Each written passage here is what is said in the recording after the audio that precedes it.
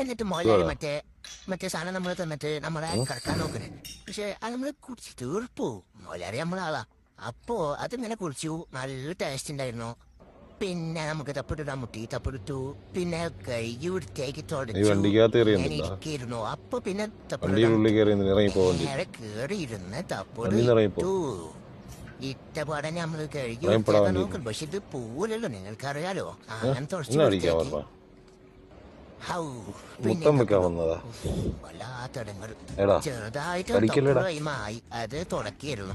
എന്നിട്ട് മൊയിലാലിനെ ചെറുതായിട്ട് ഇങ്ങനെ കളിക്കും. മൊയിലാളി വട്ടം സാധനം അടിച്ചിട്ട് തല കറങ്ങിട്ട് അപ്പൊ തപ്പിടൂടാൻ മുട്ടി. പിന്നെയും തപ്പിടൂ. പിന്നെ കഴുകി വൃത്തിയാക്കാണ്.